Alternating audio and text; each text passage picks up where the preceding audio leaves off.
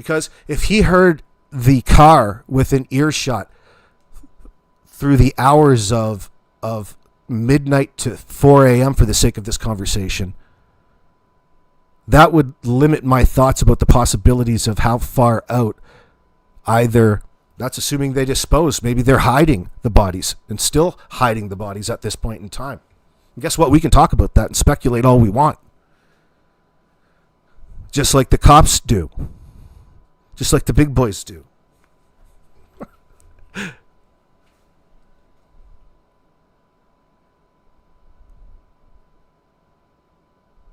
What was all the driving around?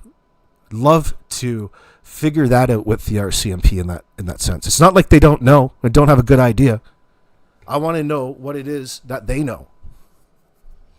We can only speculate as to what it is that they know based upon what's publicly available to us at this point in time. So we can get close. Mayflower, Christine Ingrid Inring, I think it is, Inring, not Ingrid, is the person who she said was a private investigator and real estate agent. She was a receptionist there and got fired. Oh, shit. Oh, that makes me laugh. That's so funny. Is that true? Why did she get fired? Because you guys spammed?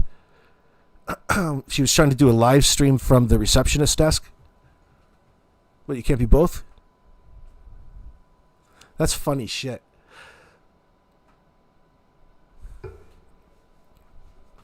So I wonder who came up with this. Maybe you guys at home can give me some ideas. I've told Daleen that I don't want Chrissy involved anymore. I told Chrissy she has to stop working for me. End the case. Like there's a whole fucking real investigation going on behind.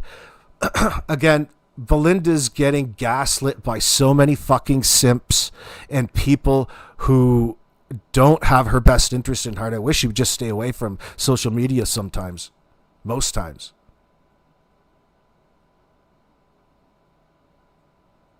Like, I was embarrassed. If what it is that Ninchi was talking about is true, I just gave her the benefit of the doubt because I didn't really pay attention. But I'm embarrassed for them. You know, I just take it Daleen is a lawyer. She's helping out Belinda. That's as far as it should go. She's helping out Belinda in navigating the legal system in order to become part of the loop after being, after there already being a court decision. Like, it's complicated. Good for her, but it doesn't automatically mean that, Belinda is the only person doing any sort of thinking about the case, or she's some sort of beacon to I shouldn't say beacon, that she's an individual to base any of what it is the individual saying in the time off of. They're just using her. Not Daleen, but whoever is involved in this little sphere of influence. So hold on here. I got distracted there. I apologize. So pull it back. So that made me fucking laugh. It got me to thinking about who is it back there that's putting these together. It's really easy to put this together and fake it and then put it out as something. And that was, in my opinion, clearly the intent. So who's doing that? A little something for you all to think about, I wonder. We'll keep that in mind. So what these things like this, Crystal, name unknown. This is from Ninchi's True Crime, by the way. This is yesterday. Here, I'll share the link for those of you guys watching in the future. I better press pause. Well, this is Ninchi's right here. Hold on.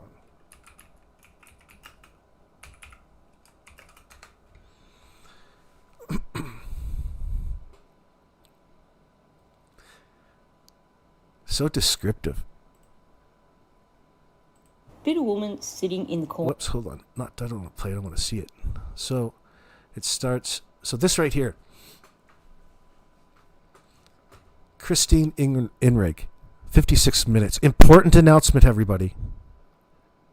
Good morning, everyone. Please be advised that this was confirmed yesterday. Given the gravity of the situation, it's imperative that we get this announcement out to the public as soon as possible to try to prevent further damage. So who is this, all of this we and shit that she's using? Who's amazing? Oh, you talking Ninchi's amazing? Oh yeah, you guys can simp Ninchi all you want. But this shit makes me laugh. Like, this is someone who takes what it is that they're doing just so very important. But it's only important to the particular Facebook group that's created. Oh my God, it's just so, it's too much. Now, like, I don't want to discourage the share because it's no different really than how some Discord servers can get. But we're talking about this one in particular. This one is a really, really interesting place, because what you have is whoever is in charge of it really, I don't want to comment on it. I'm not sure who that is, but is being monitored by the suspects nonstop. So there's a real battle for the narrative, it seems, over time. And to go up there for any amount of time and read somebody who really is believing what a bunch of child unalivers in that sense are trying to have you believe is just insulting to people's intelligence. Can you imagine? 2 kids just disappeared. You say, really, what they're saying in a nutshell is they disappeared within about 30 or 40 minutes of police arriving. That's what they're hinting at without linguistically committing to it. That's a bit of a problem. That's a bit of a problem, guys. You're saying that they're just here now. They're nowhere to be found. And the bullshit story that they've come up with is so out of whack. It's inconsistent. Nobody believes it, not even the RCMP.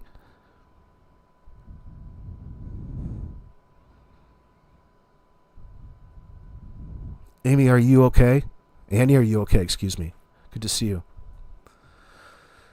My vibration is lowered listening to your vibrations. Brian Wilson. Some good vibrations. My vibration is lowered by listening to her. Everything is an argument, just like with Michelle After Dark. I won't listen to her anymore either. Yeah, there's a big hate train. I don't even listen to her in the first place. I don't mind if you guys do. Like, who gives a shit?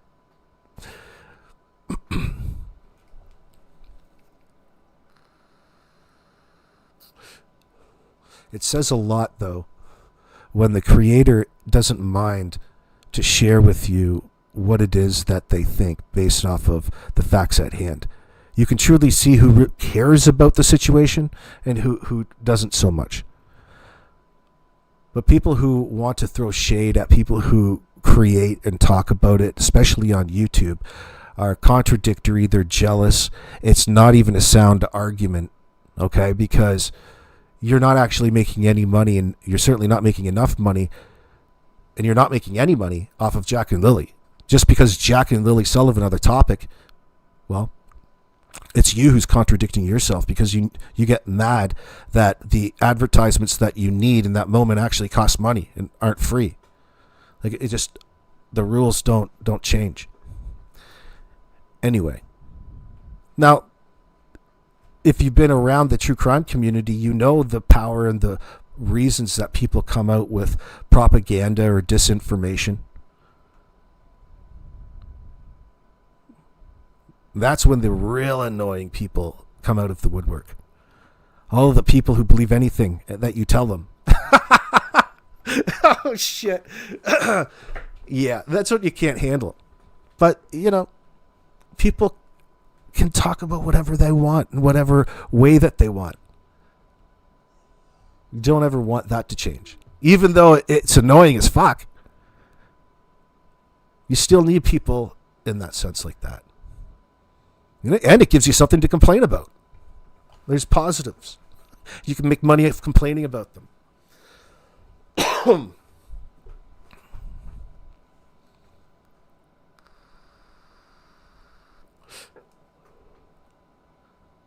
But often it's, this is virtue signaling. Come on. And you're using Dalene's. I just give her the benefit of the doubt. She walks around in people's chats claiming to be a lawyer. That's fine. It shouldn't be much of a determining factor for anything. It was just relevant because Belinda introduced her in that sense. That's where it stops and ends. So how does that cross over anywhere else? I don't know. I'm pretty sure she's not the type of lawyer that she wants representing her in that sense. Like, there's different types of lawyers. Do you know what I mean? She was probably a slip and fall out of work fucking lawyer. An ambulance chaser, maybe, is what they say. Business is slow. That's why she's spending so much time around Belinda, not getting paid for things. That's not the type of lawyer that I want on my side. So, I my point is that it doesn't fucking impress me much in that sense. Big fucking deal, she's a lawyer. It's only important when you bring it up in front of a group of people. Do you know what I'm saying? And it's not Dalene doing it. It's somebody else either using it or, could be, who knows? Who knows? I don't even want to take away from what Dalene's doing and Belinda are doing. They're being pulled into this. You can't say that you don't have the right, but who the fuck is this Chrissy Inrig to turn around and start enforcing all of these moral and ethical, what is she? That's funny, though. Chrissy Travers, you do not represent Belinda Gray, only I do. Like, what is this really saying? You go dry your hands off, hon. What is this really telling the world? This is like more of an action that you pull, and in the background you're talking to Belinda, you're telling her all kinds of fucking nonsense that shows how much you're protecting her and all of the work that you're doing, and it justifies you being around and being engaged with her. Yeah, she's one of those types. People are fucking weird, dude. But there's more to this. For absolute clarity, no representation, no authorization. It's just like, you can't come past this door. No, you were not authorized. No family contact. No involvement of any kind. That's what this seems to be. It's like, oh, why don't you put that on a t-shirt? No, you go grab your tablet, hon. Any statements, posts, messages, or activity from unauthorized individuals, ooh, how authoritarian of them, or associated parties should be disregarded. Oh, fuck, you're a robot. This is like RoboCop. RoboCop. At this time, the Find Jack and Lily community is working with the families to regroup and refocus all efforts on Jack and Lily. What? Yeah, does that scream gatekeeper, Miss K? Can you fucking believe that? Who is speaking on their behalf? And like, last time I checked, there isn't a community, like an organization like the Optimist Group here.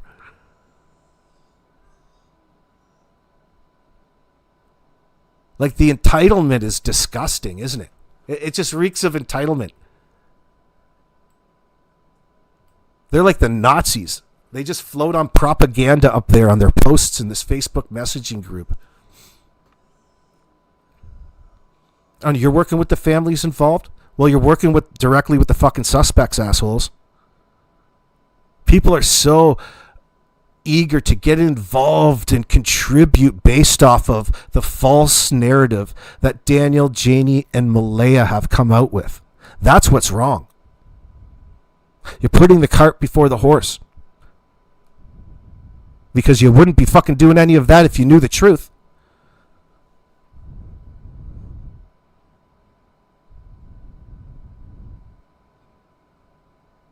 Oh, not you again, says, it appears Christine is trying to silence two humans she dislikes for a behavior she can't specify. That's true too. Good one. I like the way you think there. That's true. That's a funny post. But whatever, man. So if you wake up one day and you've got Christine Inring coming all up into your business for whatever fucking reason, all of it's going to be self-serving. Oh, geez, I bet you she felt real fucking important after she pressed send. You'll think twice before you go up there and post anything that isn't mindless drivel or some sort of glazing for the people who you want to look important for. Fucking idiots. So what does it go on to say? Let's see. So is this Christine Inrig's message? Oh, this Chelsea message. Yeah, so Chelsea commented, so I guess it's worth mentioning. I should mention this. Chelsea Gray says, who wrote these messages? It wasn't my mother. I have my suspicions, though. Why would anyone in their right mind want to do something like this in a missing child's case? I think, I don't want to speak for them, Chelsea, but it has more to do with the craziness of what goes on, the virtue signaling that goes on specifically for these groups.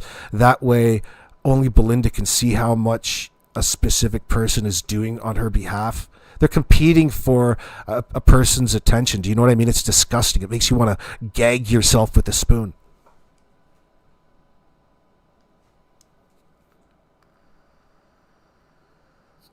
Hi, Bev JCB. Welcome in.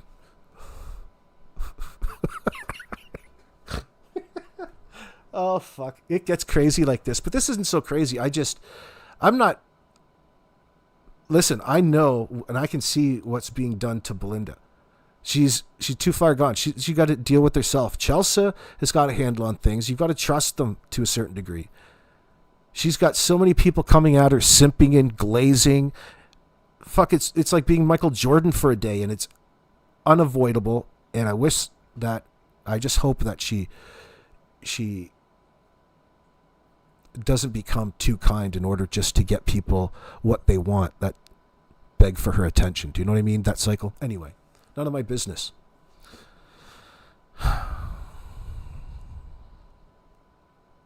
Just still talk about it, though.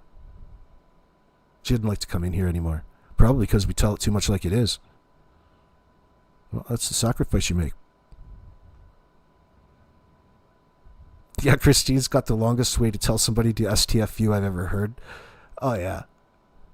Yeah, but listen, it is a funny like move to go into these groups and try to get them all worked up. That is funny. It doesn't matter because you usually get a bunch of self-important, you know, people just going like crazy. It's a lot better if they've got like channels and you can really get them worked up. It has to be an end, not just to do it for no reason, of course, but you can see the temptation. Captain Justice, good to see you. Kent Deerwood sitting in a tree, Robin. Kent fell off, and then there were three. Oh, Jesus. That sounds like Dice Man. That's Andrew Dice Clay. Just think of Kent's elbow deep in his nose on a live, and you won't need a spoon. Oh, God. Come on. That's just not nice. Shanann.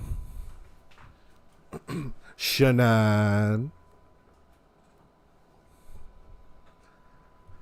Let's see. So who wrote this? Who wrote these messages? It wasn't my mother.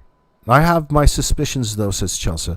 Why would anyone in their right mind want to do something like this in a missing child's case? What kind of people try to sway the investigation from the first month? From the first month it starts. Not good people trying to help, that I'm sure of.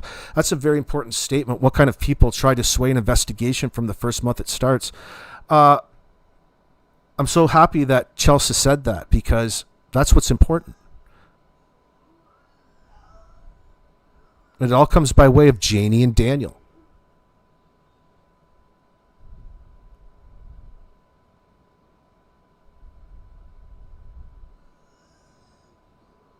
Why did they blame Malaya? What were the specific duties that Daniel and Janie refer to when they speak about Malaya not fulfilling as a mother? If that's sticking out in their minds, I wonder why exactly. Malaya alluded to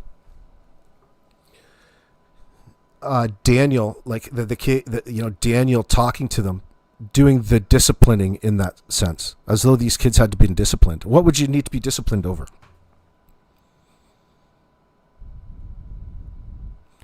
So bedtime would probably have been a big one. To get that, you got to come in and use the RV. So if you're up so early, what is it that you're doing? You just get up and smoke and drink your coffee and do fucking whatever? Don't believe that, especially on this Friday. There had to have been a reason why you altered your daily routine, if that truly was. But think about it. Like, especially old Janie drinking all that coffee that she sits in there and smokes cigarettes. She's got to take a piss every now and then. She probably pisses in a bucket, disposes that out wherever. But what does she do when she's really got to have a comfortable shit-shaven shower? She goes into the trailer. And on the other side of her mouth, she wants to tell you that she's in the trailer all the time. In there enough to notice that Malaya's doing all of these things wrong. That they're not at the table doing their homework at 4 and 6. So she's insisting that she's in and she's out, and then she just selectively turns a blind eye to anything that would be otherwise suspicious in that sense. When she tells you that Daniel is a big boy and he can look after himself, and she ignores everything that goes on in the trailer, it's their business. Hardly. That's not the way that she's talking. So she's trying to be everything to everybody and contradicting herself in the same breath. It's very bizarre. Not bizarre that you should walk away more confused, because this is a suspect who was last, and like it or not, on the property where 2 children were reported to have gone missing. Now, even though they brought together a bullshit story, that's where the kids should have been. So it would otherwise point to you being responsible.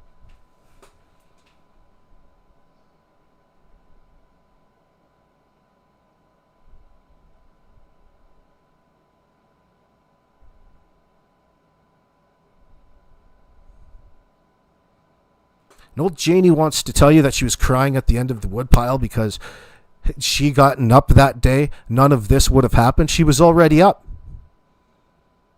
She was already up. Then whatever happened under her nose 5 feet away. Went to sleep, went back to sleep. She was in and out of sleep. And when she woke up to Daniel yelling, it was around 20 minutes, allegedly, that the number is that they won't have used since the kids must have gone missing. Now, she doesn't know or remember any of the time frames because none of that's important to her, especially in any interview. And that's another blatant indicator of deception that just slaps you right in the face about all of her bullshit story. Sorry, honey. Backpack is when my 2 other grandchildren would come down. She'd want a backpack too because the oldest grandchild had a backpack, and she wanted to be just like her and have a backpack. That's exactly right, my chat. That they all want you to think when whatever happened, the incident, that they were all in and out and dozing in and out of sleep. Otherwise, this is somehow, distances themselves from any sort of accountability or wrongdoing. But at the same time, they want to tell you what the kids were doing. They just weren't aware of it at the time.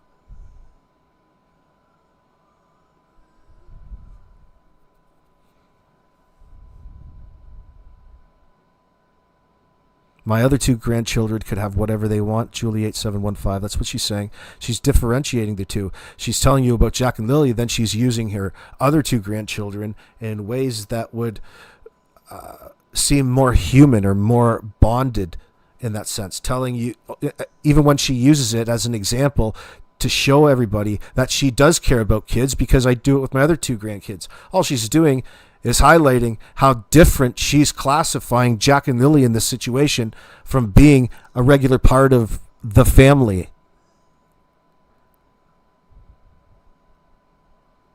So I wonder what old Janie's problem was with Malaya. I wonder what her issue was. She figured that she was just this slutty hussy. Probably, you know what it is? She probably hears Daniel bang her all night long when he's all fucked up on that tweak, having sex all night into the early night with the window open, and it's dead silent out there, and she can hear all of that, right? And so she's thinking she's just like this fuck piece. Really jealous of it. Too much boot knocking going on.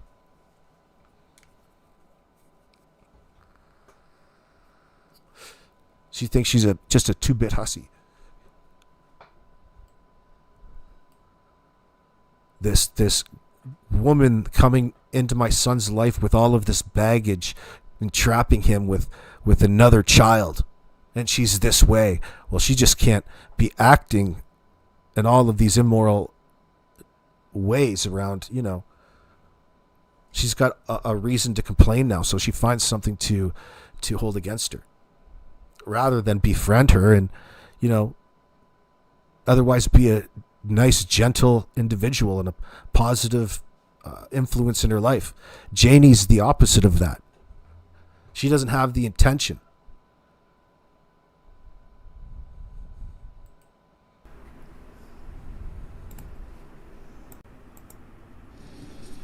Oh, and another thing, when we go walking up the old road here, top of up the top of the hill here, up above my place there, if Jack didn't want to walk, Jack wouldn't walk. He would stand there and he would I'd say, "Come on, Jack, we're gonna walk." He would stand there and he would stamp his feet, fold his arms, and just look at me. And I'd say, "Come on, Jack, we're going for a walk." I'd have to go and take him by the hand to make him walk.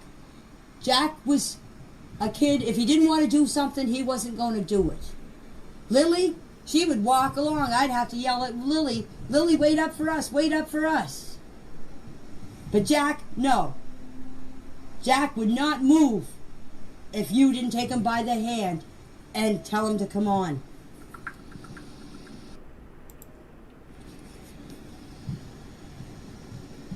Apparently Lily was the only one that was sick. I think the reason why Jack didn't go to school is because I don't think she wanted Jack to go to school by herself. That's my opinion. They missed school Thursday, yes. They went to town Thursday around lunchtime. I have no idea what they went. I do not even know what they bought. I heard them out in the yard here. Yeah, there's that too, Shannon. There's something intellectually wrong with this woman. Yes, but she's also lying. Do you see what I'm saying? It's a confusing one. You can't just blame it all on one or the other. It's a combination of both. And that really speaks to the environment that the poor kids were living in and the pressures that popped.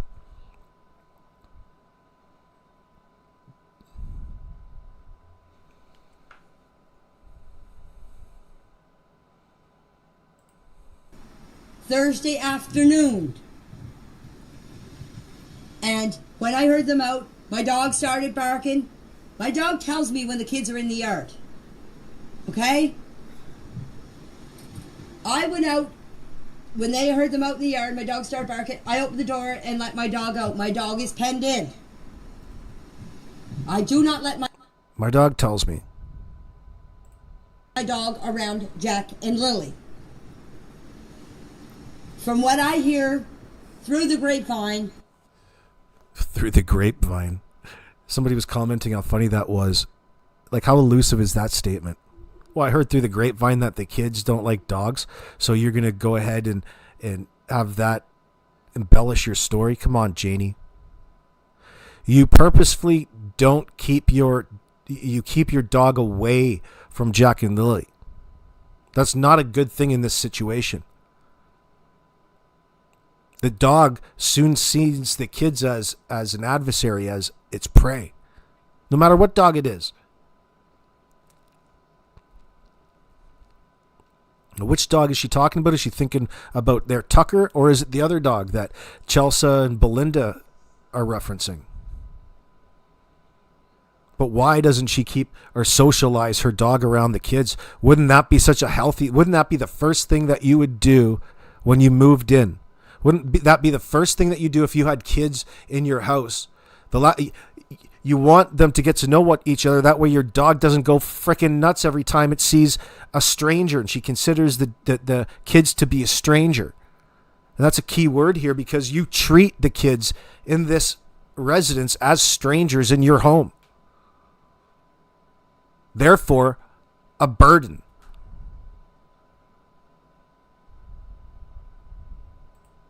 Jack and Lily have not been around animals.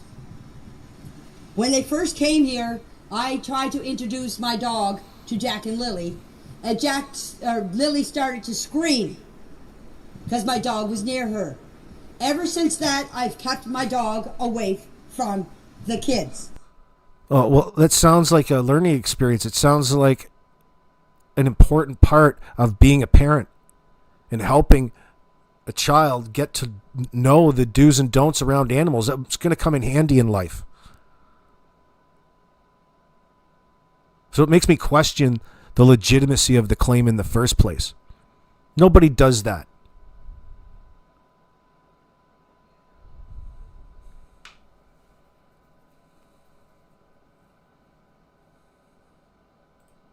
Jack and Lily. Thursday, when I opened up the door, Jack and Lily were right beside the playhouse looking for worms under a board. Jack said to me, "Look, Granny, I found a worm. I found a centipede." I said, "Good boy, you keep looking." That's when I went over in my front of my RV and started raking the gravel for the swimming pool. Yeah, Magdalena, talking about Wade, said that the kids were used to dogs. Yeah, Wade's got dogs. Everybody, the kids were already used to dogs in their lives. So with this grapevine of hers, I wonder what this grapevine, maybe that's Durwood. Your lover. AB, proper introduction to the dog essential. Yes.